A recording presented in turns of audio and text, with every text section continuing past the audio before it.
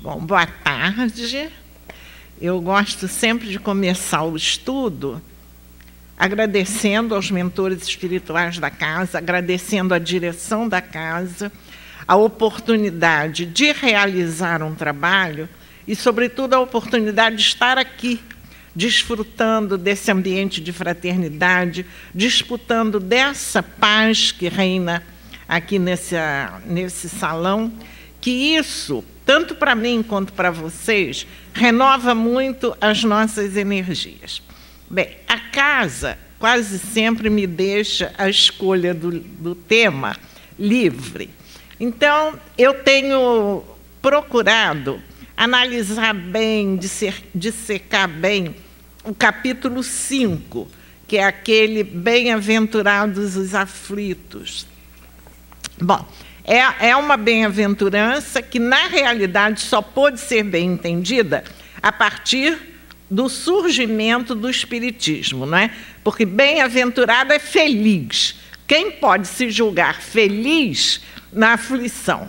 Então, a doutrina espírita é que veio nos mostrar o sofrimento como ferramenta para o nosso progresso, ferramenta para a nossa cultura do espírito, veio nos mostrar o sofrimento como uma oportunidade de aprendizagem. Então, isso realmente representa, faz com que a gente se torne feliz. Sobretudo porque quando a gente conhece as causas de um fenômeno, seja ele um fenômeno que nos cause muito problema, quando a gente conhece a causa, fica muito mais fácil a gente enfrentar esses fenômenos. Então, conhecendo as causas do nosso sofrimento, fica para nós muito mais fácil a gente enfrentá-los. Então, esse capítulo, essa bem-aventurança que Jesus nos trouxe, ela nos mostra, sobretudo,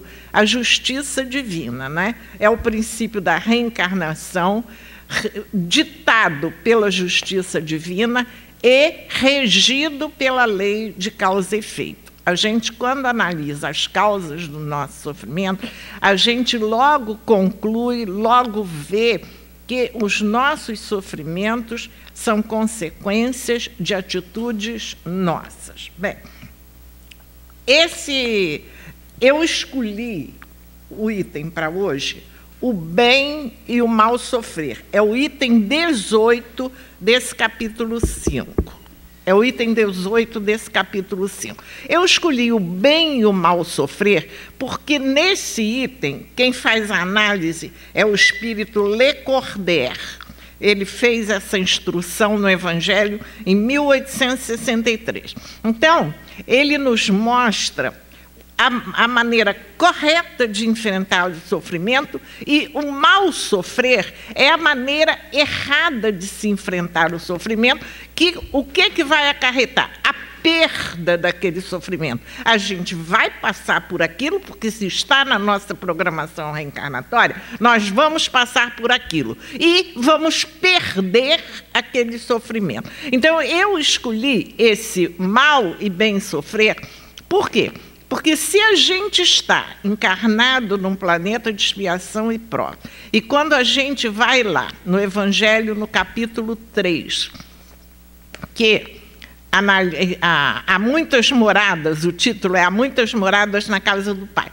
Nesse capítulo, o Evangelho analisa, assim, estuda as características das diferentes classes evolutivas dos planetas, nos mostra que no planeta de expiação e provas, quem está encarnado nessa classe de planeta vai lidar com o mal, porque no planeta de expiação e provas a predominância é do mal, e vai sofrer com os chamados flagelos destruidores, que o Evangelho chama de intempéries da natureza.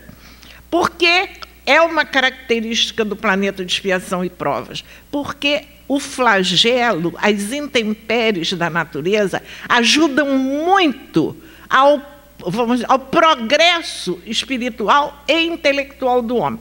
Progresso intelectual por quê? Porque ele vai ter que descobrir maneiras de lidar com os efeitos daquele flagelo, vai ter que descobrir maneiras para prevenir a existência dele. Então, o que acontece? Ele desenvolve a sua inteligência e, ao mesmo tempo, desenvolve o aspecto moral, que na hora que acontece esse tipo de desgraça, todo mundo se movimenta e a gente trabalha a fraternidade, trabalha a solidariedade.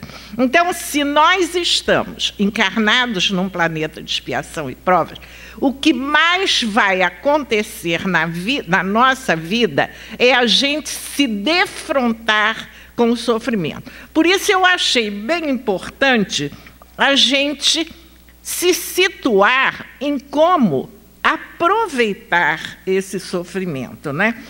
Começa, esse item 5, ele faz uma análise muito detalhada dos sofrimentos, das causas, as causas que são anteriores a essa encarnação, as causas que são atuais, as diferentes maneiras de enfrentar o sofrimento e, sobretudo, mostrando para a gente que os sofrimentos são efeitos, são consequências de desvios nossos da lei divina. Nós somos a causa está em nós, ninguém é injustiçado.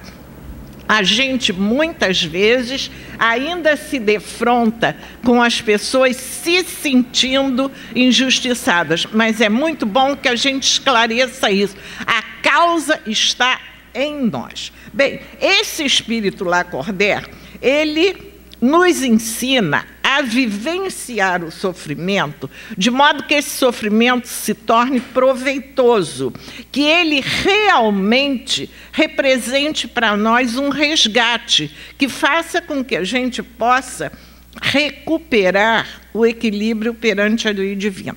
E um ponto importantíssimo, nessa hora da gente se recuperar, é partir do princípio que sofrimento não é punição.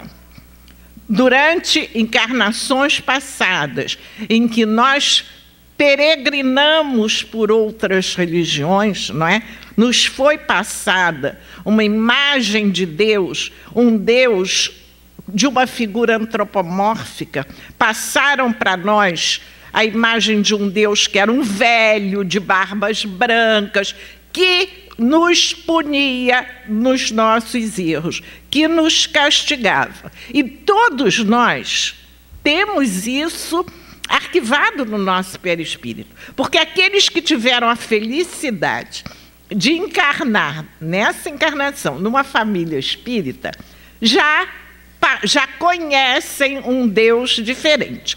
Mas grande parte dos espíritas não começou sua vida na doutrina espírita, passou por outras religiões. Então está muito próximo de nós essa ideia do sofrimento como punição.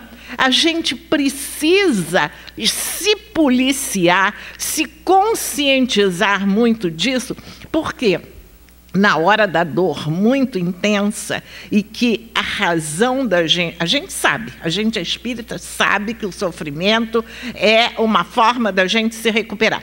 Mas na hora que a dor, não é? Seja uma dor física, seja uma dor moral, é muito intensa, tão intensa que sufoque a nossa razão, se a gente não tiver cuidado, essas ideias que estão arquivadas, e eu já vi espírita fazendo aquela horrorosa pergunta: por que eu? Por que comigo?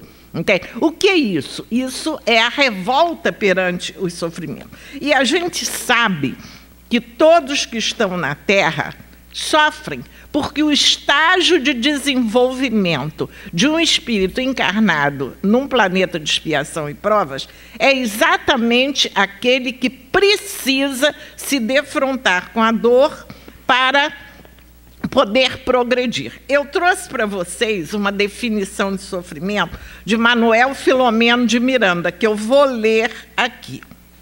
Está naquele livrinho pequenininho, Temas da Vida e da Morte. Não sendo o sofrimento senão um efeito transitório. Transitório, a gente não vai sofrer para sempre. Vai ter um momento que a gente vai purgar tudo que nós temos que nos deixar e vamos nos livrar do sofrimento, né? Não sendo senão um efeito transitório que pode ser alterado a partir do momento que se modifique a causa. Quer dizer, a gente sofre por um determinado comportamento, por uma determinada causa. Se você, no decorrer da sua encarnação, você vai se modificando, vai se reeducando, o sofrimento que era em função daquele vício, daquele erro, ele tende a diminuir, não é? Inclusive, ainda tem, a partir daí, a criatura compreende o objetivo da encarnação. O objetivo da nossa encarnação é exatamente esse: evoluir, construir o nosso progresso espiritual. E a gente, para dar um passo no sentido do progresso espiritual, a gente tem que começar a se livrar dos nossos erros do passado, né? Bom, o Evangelho começa esse item dizendo: todos sofrem, independente de posição social, de posição econômica, independente de raça. E a gente olhando à volta de nós, hoje, não é? A gente vê que todo mundo está passando por algum sofrimento. Os sofrimentos são os mais variados possíveis, mas cada um está enfrentando o seu pedacinho. Agora, Lacordaire diz que bem poucos conseguem entender o valor dessa provação. Aí eu vou chamar a atenção, fazer um parêntese para chamar a atenção de um item desse capítulo mesmo, um item que diz assim: os tormentos voluntários.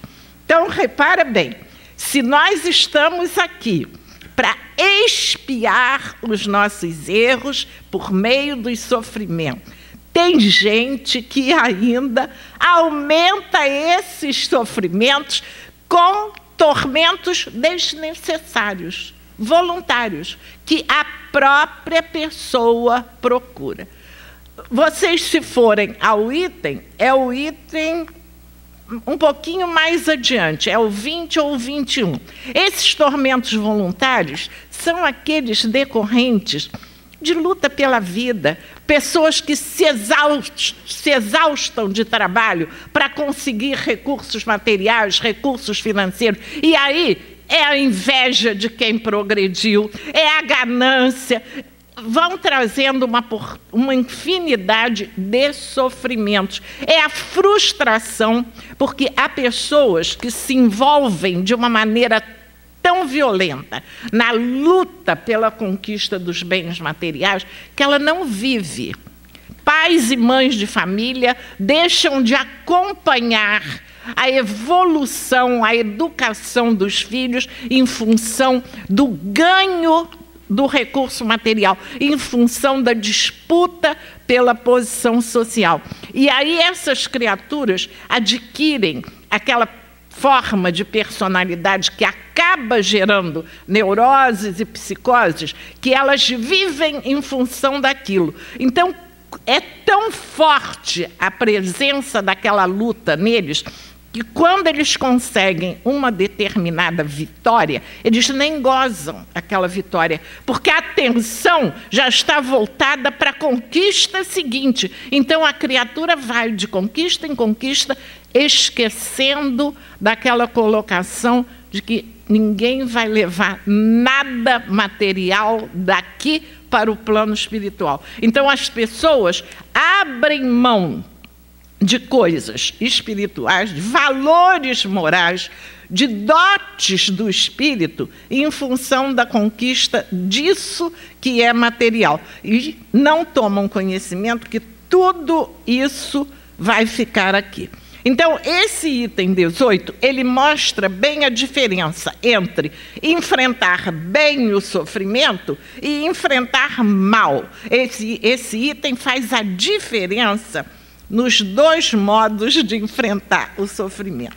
Então, o mal sofrer, Lacordaire diz o seguinte: são aqueles que não aproveitam a oportunidade da encarnação. A gente, quando encarna, a encarnação é uma oportunidade para a nossa construção de progresso. Então, essas criaturas perdem essa oportunidade e perdem porque se esquecem que foram eles mesmos que escolheram esse tipo de resgate. Porque quando a gente vai encarnar no plano espiritual, a gente participa do nosso planejamento reencarnatório. Então, é muito comum que, levado pelo arrependimento, a gente peça uma nova encarnação para poder se recuperar. Então, a gente pede, muitas vezes, provas difíceis, que envolvem sofrimento. Mas, quando a gente encarna, a gente esquece todo o passado. E aí, quando vem aquele sofrimento, que foi a gente mesmo que pediu, a pessoa não tem equilíbrio para enfrentar. São as pessoas que esquecem da misericórdia divina. Deus é justo e misericordioso. Jamais colocaria nos nossos ombros uma prova que a gente não tivesse condições de realizar. Para isso, na hora do planejamento reencarnatório, o espírito não está sozinho. Ele é acompanhado por uma equipe que não permite, que o orienta para que ele não assuma compromissos que ele não vai ter condição de cumprir. Porque muitas vezes o arrependimento é tão grande que ele quer se propor a uma prova muito dura que ele não vai ter condição de realizar. Então, a misericórdia divina nos dá essa assistência de mentores de um plano superior para essa orientação, para evitar que a gente se sobrecarregue com provas que não vai cumprir. Então, a gente tem que se considerar que a justiça divina é perfeita. Tudo o que nós passamos de sofrimento nessa encarnação, primeiro, foi pedido por nós e é justo. A causa está em nós. Ninguém é injustiçado. Manuel Filomeno de Miranda diz que o único injustiçado que passou nesse planeta foi Jesus.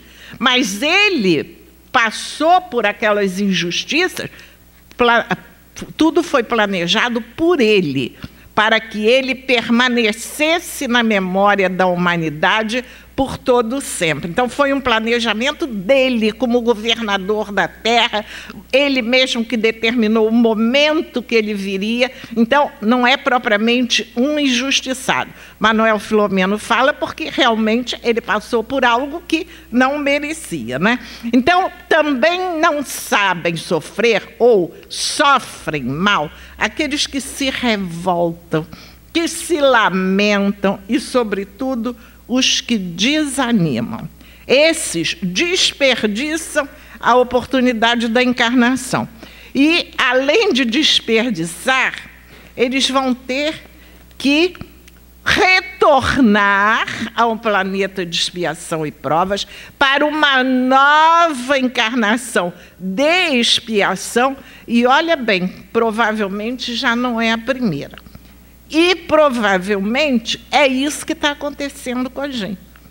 Provavelmente, nós não estamos num planeta de expiação e provas pela primeira vez. Pelo nosso conhecimento intelectual, pelos certos aprimoramentos morais que nós revelamos, isso já mostra que a gente não chegou aqui nessa encarnação. A gente já está indo e voltando várias vezes. Então, é a hora da gente se conscientizar para não desperdiçar as encarnações, mesmo porque, pelas comunicações do plano espiritual, a gente sabe que é difícil conseguir essa oportunidade. São muitos espíritos querendo e tem que aguardar oportunidade. Espíritos ficam, às vezes, 100, 200 anos na erraticidade, aguardando essa oportunidade. Bom, agora, a gente não vai, então, se fixar no mal sofrer. Manda a didática, quem é professor aqui sabe, que a gente não fixe o conhecimento errado. Nós vamos, então, nos fixar no bem sofrer. Aquela maneira de aproveitar as experiências, fazer com que a experiência do sofrimento se torne positiva. Então, olha só, o que seria o bem sofrer? O bem sofrer é o seguinte, é a atitude de quem despreza a ociosidade. Nós sabemos que o progresso reside no trabalho. Muitas religiões dão à paz o significado da ociosidade, não é? Então, olha só, está sentado à direita de Deus Pai, vai para o plano espiritual e vai ficar lá sentado. Não é? Isso é paz. Para muitas religiões, a ideia de paz é ociosidade. Nós sabemos que o espírito trabalha sempre. Ele, chegando ao plano espiritual, passada aquela primeira fase da perturbação, ele imediatamente é encaminhado para se preparar, para estudar, com vistas a uma tarefa, com vistas a um trabalho. Jesus mesmo disse, meu Pai trabalha incessantemente. Então, se Deus trabalha incessantemente, não seremos nós, pobres espíritos, que vamos encontrar a paz na ociosidade. Então, a doutrina espírita, ela nos recomenda que o trabalho é a única ferramenta para o progresso. O sofrimento, ele se torna proveitoso para aquelas pessoas que enfrentam a luta com coragem. Essa coragem, ela vem da fé. A fé nos dá uma força muito grande, e não é a força para vencer o outro, não. É a força para vencer a nós mesmos, vencer aqueles vícios que estão em nós, sobretudo o egoísmo e o orgulho. São esses dois vícios que sistematicamente nos prendem a um planeta de expiação e provas. Então, vencer egoísmo e orgulho é exatamente o nosso objetivo maior. E como é que nós vamos fazer isso? Cultivando a paciência, o equilíbrio, a esperança. A coragem, essa coragem que as criaturas que têm fé, essa coragem que a fé nos proporciona, ela gera a decisão. O que é a decisão? É a ação, é a iniciativa para agir. E essa iniciativa para agir, ela vem gerada também pela nossa vontade. A vontade fazendo com que a gente use o nosso livre-arbítrio em ações no bem. Então, toda essa coragem nossa, ela vai gerar a decisão de agir, sobretudo alimentada pela nossa vontade. Para isso, Leon Denis disse que a vontade é a maior potência da alma. Bem, então, essas criaturas se consideram felizes, porque mesmo o sofrimento, elas não baseiam a felicidade nos gozos terrenos. Elas sabem o valor do que está relacionado com o espírito, que são os dons. São aquelas criaturas que não vivem disputando o que é material. E repara bem, toda vez que eu faço um estudo, seja qual for o assunto, eu até me torno repetitiva, porque uma das coisas, uma das atitudes, das posturas que eu considero essencial para o progresso, ou pelo menos para o início do nosso progresso, é a gente se conscientizar de que a verdadeira vida é a vida espiritual. Quando a gente consegue tomar essa consciência, isso muda completamente a nossa postura, muda completamente a nossa maneira de agir, porque a gente passa a valorizar o que é essencial, deixa de considerar supérfluo, deixa de valorizar as aparências, deixa de valorizar essas coisas todas que estão relacionadas à vida material. Eu trouxe um pedacinho aqui de Joana de Ângeles, naquele livro Jesus e o Evangelho à Luz da Psicologia Profunda. O capítulo é A Desgraça Real. Ela fala dos fatos que muitas vezes, no momento que acontecem, elas trazem uma alegria enorme, uma sensação de felicidade, para logo depois se converterem em tormentos, em sombras, em miséria. É o que a autora chama de desgraça real. Quantas vezes a gente vê realmente isso acontecer, não é? As pessoas vibrarem de felicidade com determinadas conquistas e, mais adiante um pouquinho, aquela conquista gera um tormento, gera o que ela chama uma desgraça real. Que muita gente confunde o que seja verdadeira desgraça. Existe um item nesse capítulo 5 que é a desgraça real. Bom, a maneira de vencer o sofrimento de qualquer natureza é o comportamento da gente no presente, para que a gente possa construir um futuro melhor para nós. Então, eu gosto sempre de citar, o nosso progresso começa, e ele é gerido por 3 passos. O primeiro passo é o arrependimento. Para que a gente encete o nosso progresso, nós temos que dar esses 3 passos. O primeiro é o arrependimento dos nossos erros. Ninguém consegue ir adiante, vamos dizer assim, se modificar, se transformar, se não fizer uma autoavaliação e chegar à conclusão de que se arrepende daquilo que errou. Se a gente, ainda é difícil a gente admitir o arrependimento, por causa do orgulho. Não é? Muitas vezes a gente constata o nosso erro, mas em vez da gente se arrepender e dar a mão à palmatória, a gente começa a procurar um monte de desculpas, um monte de explicações e justificativas para o nosso erro. Então, o primeiro passo é o arrependimento. A partir do arrependimento, a gente vai vivenciar a expiação, para depois, então, vivenciar a reposição do dano que a gente causou. Que não basta a gente expiar, é preciso que a gente conserte o mal que a gente fez.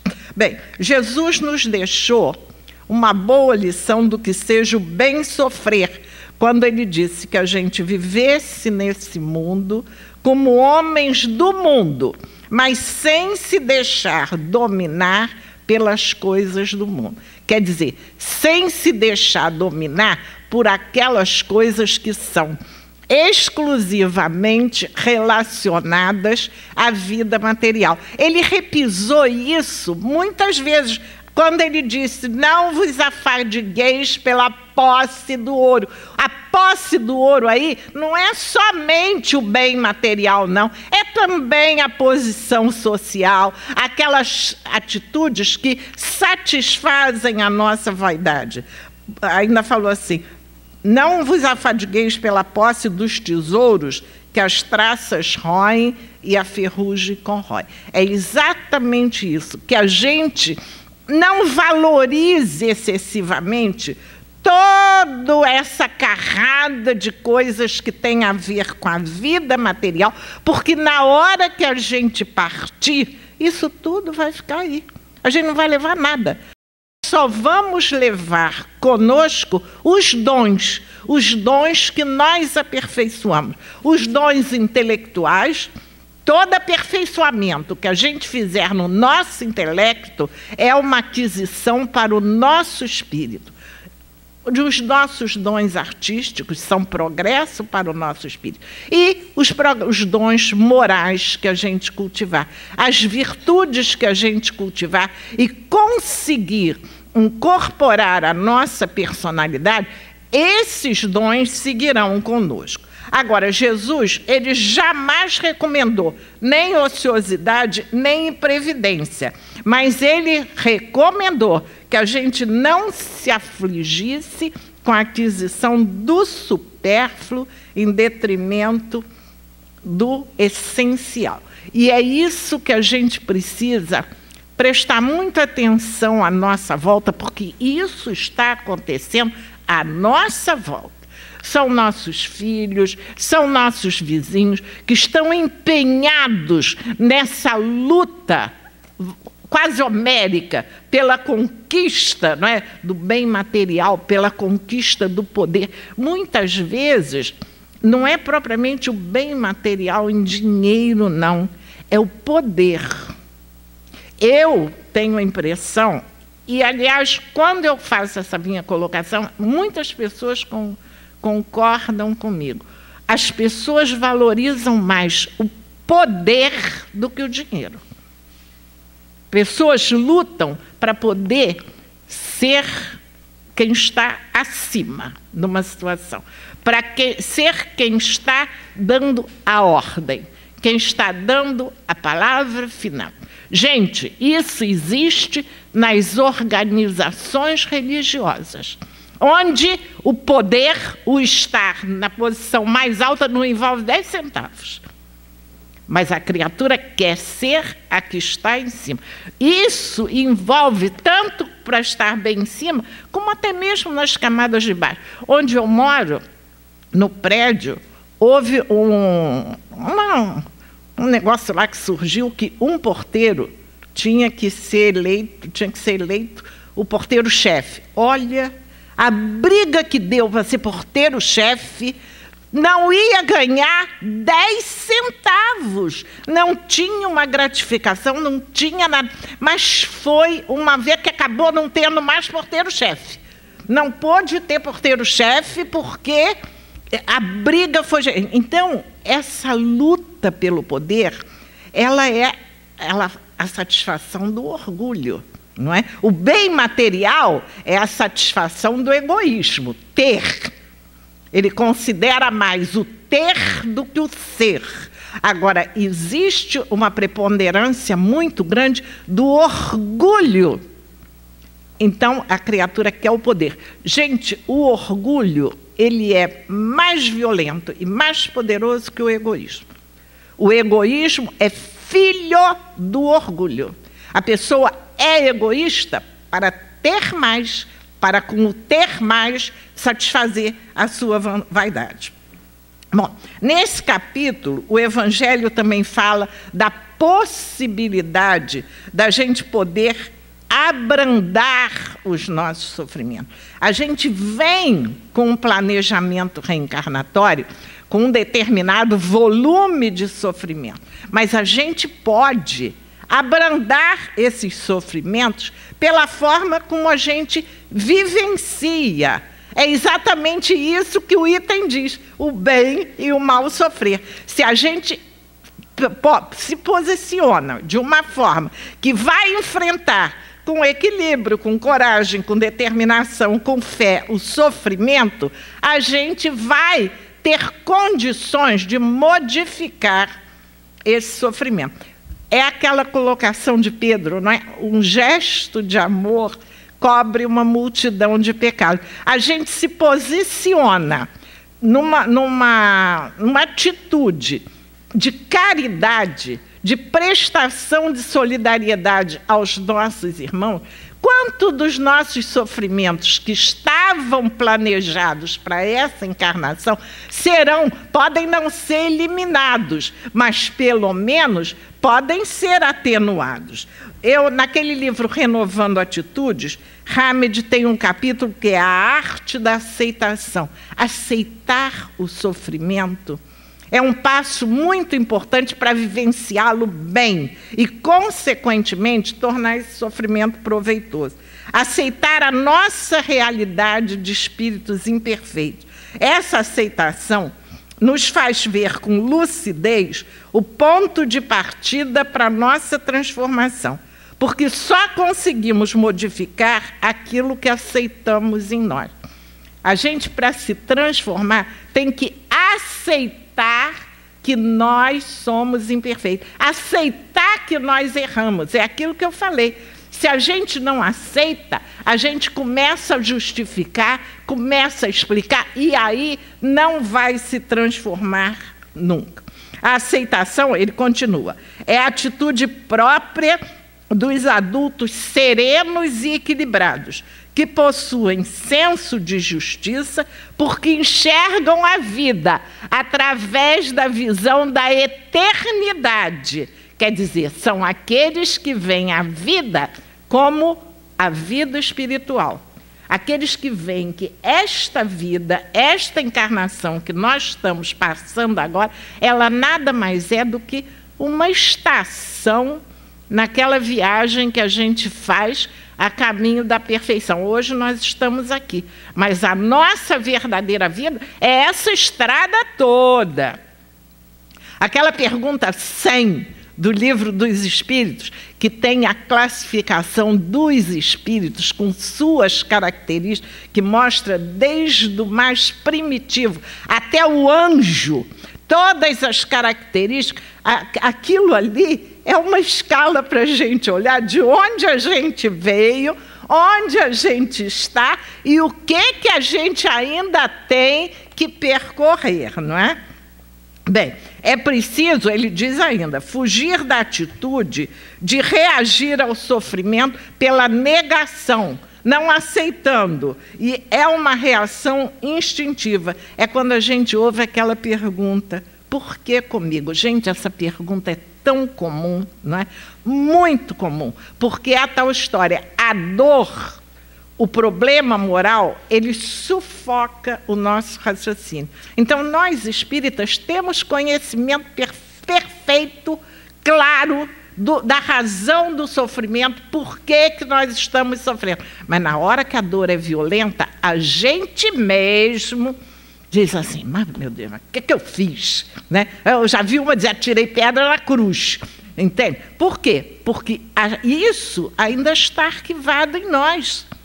Porque nós não começamos a nossa escalada lá atrás como espíritas, com esse conhecimento todo. A gente tem muita coisa arquivada no nosso perispírito. Então, para abrandar o nosso sofrimento, o primeiro passo, a primeira condição é a aceitação. Aprender a gente a se conhecer melhor, a se relacionar com a gente mesmo, para poder se relacionar com os outros. Eliminar a solidão. E solidão aqui não é o viver sozinho, não. A gente que vive em solidão cercada de uma multidão. Solidão vive aquela criatura que não tem condição de se relacionar com os semelhantes. A gente tem que saber ouvir as sugestões do mundo, eliminar a inflexibilidade, aquelas pessoas que se julgam donas da verdade, que não aceitam a opinião de ninguém, não aceitam posturas diferentes das suas. Então, essa inflexibilidade é um dos grandes fatores que emperram o progresso. A gente tem que saber aceitar as sugestões do mundo. Agora, aceitar essas sugestões do mundo, mas selecionando o que nos serve, o que está de acordo com os nossos valores morais, o que está de acordo com aqueles valores que nós queremos preservar, não é sair aceitando tudo o que os outros fazem, porque senão aí a gente também abre mão da nossa personalidade, a gente vira aquilo que chamam Maria vai com as outras. E não é, a gente tem que aceitar para não ser inflexível, mesmo porque Jesus valorizou e ele deu tanto tantos exemplos da importância do convívio social, exatamente por isso, porque o convívio social traz o progresso, porque ele me passa a experiência que eu não tenho. Eu passo para ele a experiência que eu tenho e ele não tem. Então, dessa troca, os dois progridem. Agora, se eu me mantenho inflexível, não quero saber o que ele fala, eu nunca vou progredir. Agora, eu também não posso aceitar tudo o que ele fala, porque às vezes é bom para ele, mas não é para mim. Então, a gente tem que ter este cuidado de saber selecionar aquilo que nos serve, aquilo que está de acordo com os valores que nós queremos preservar. Eu acho até que eu já trouxe aqui uma vez, mas aí trouxe de novo. Esse livro aqui, O Sentido do Sofrimento, de Milton Menezes, ele nos mostra, ele traz nesse livro causas do sofrimento, passos para a gente conviver com o sofrimento, passos para a gente vencer o sofrimento. O primeiro passo que ele coloca é ter certeza de que o sofrimento não é punição. É um aspecto evolutivo para o espírito. O segundo passo para ele é o autoconhecimento. É você se conhecer para você saber o que você precisa transformar em você. Você não pode dar o primeiro passo se você não sabe o que você tem que modificar. Você tem que olhar o sofrimento também, analisar o que aquele sofrimento está querendo sinalizar para você. Ele está sempre querendo te mostrar alguma coisa. Para isso é muito importante aquela afirmação de Paulo, né? Não vos conformeis com este mundo, mas antes observai a vontade de Deus a vosso respeito. É exatamente qual é a vontade de Deus a nosso respeito, que a gente chegue à perfeição. Ele nos criou para chegarmos à perfeição. Então, para chegar à perfeição, a gente tem que olhar para dentro da gente e ver que passos a gente tem que dar para se aperfeiçoar, né? É um procedimento de ação vigorosa da vontade e da consciência para a gente chegar a essa transformação. Bom, nesse livro, Milton Menezes fala muito sobre a terapia das vidas passadas e ele dá um alerta muito importante, que fazer aflorar as vidas passadas, fazer aflorar o que está no nosso inconsciente profundo, que é o nosso perispírito, isso só pode ser feito por profissional muito capacitado e, mais do que isso, só deve ser feito para resolver problemas, para solucionar psicoses, neuroses, entende? Às vezes é um problema emocional insolúvel para terapeutas, para psiquiatras, e no descer, nas encarnações anteriores, vem à tona a causa daquilo, e só pelo conhecimento da causa a coisa já é solucionada. Eu tenho até um exemplo na minha família. Uma das minhas netas não podia tirar sangue, desde pequenininha, com 3 anos.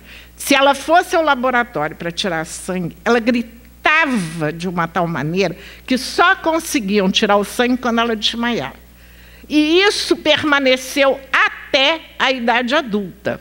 Tomar injeção na veia, tomava. Era fazer o exame de sangue, tirar dela. Aí, quando ela estava noiva, o noivo achou que devia procurar um terapeuta.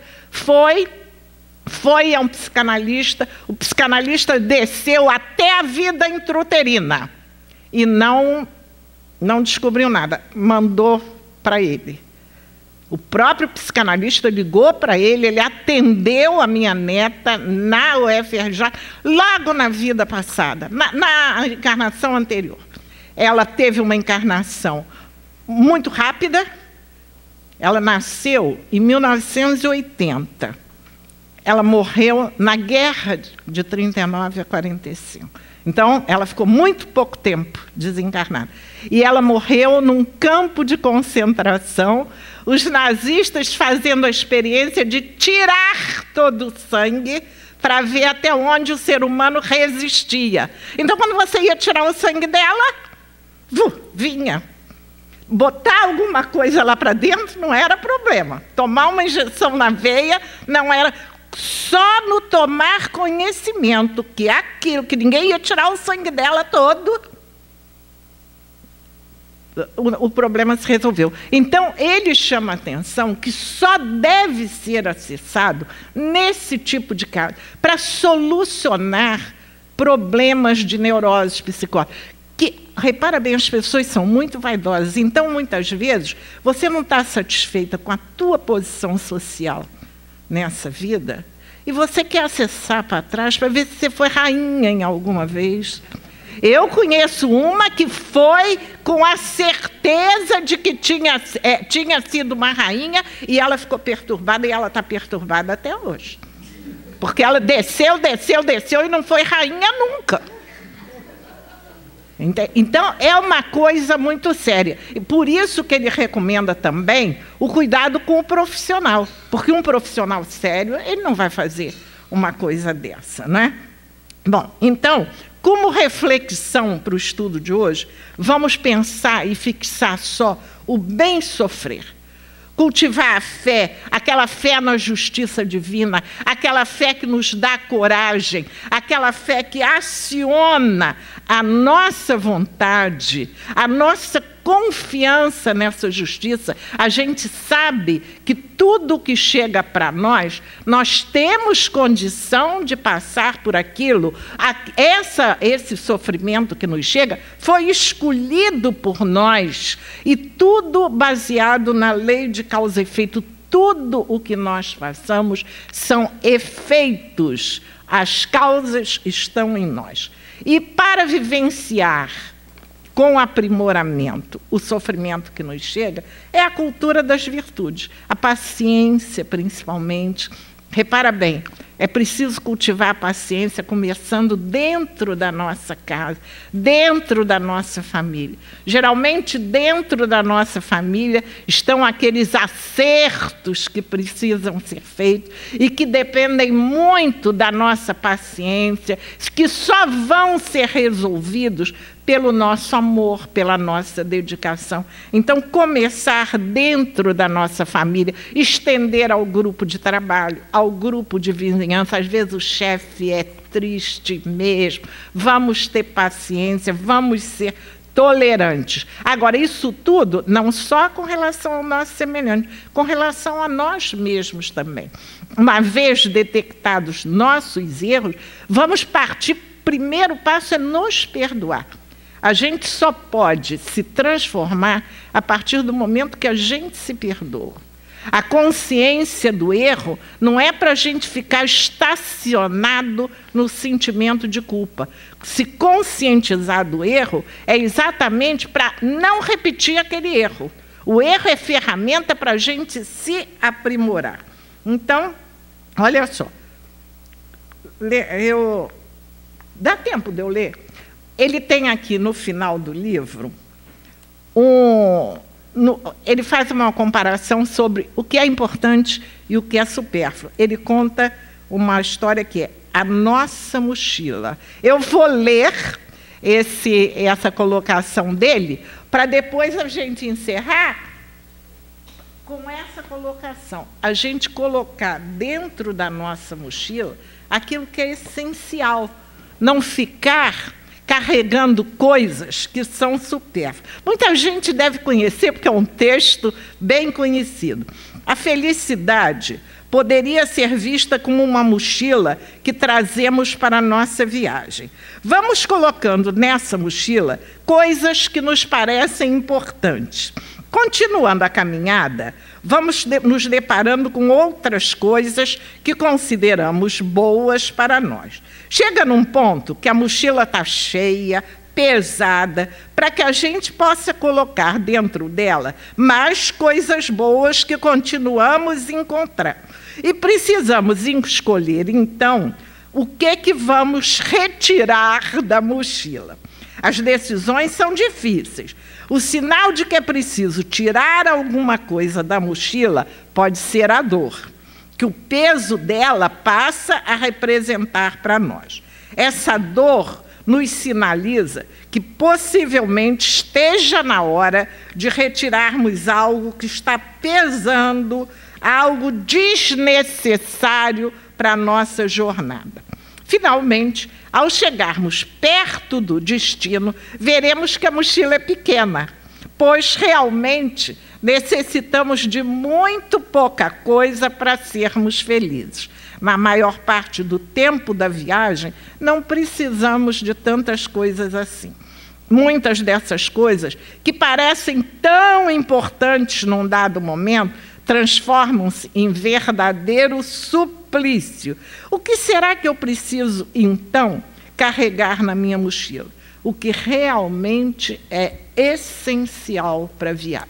Então, repara bem, essencial é a eterna colocação do que é essencial, não é? Nesse capítulo 5 tem os tormentos voluntários. Quanta coisa a gente cultiva que nos atormenta sem necessidade nenhuma. Então, vamos dar esse passo importantíssimo. Saber selecionar o que a gente vai carregar na nossa mochila, aquilo que é essencial, porque, na realidade, a felicidade depende de muito pouca coisa. Gente, muito obrigada pelo carinho de vocês, muito obrigada pela oportunidade de passar essa horinha aqui com vocês, que eu gosto muito, tá? Fiquem com Deus, que Jesus acompanhe todos de volta a seus lares.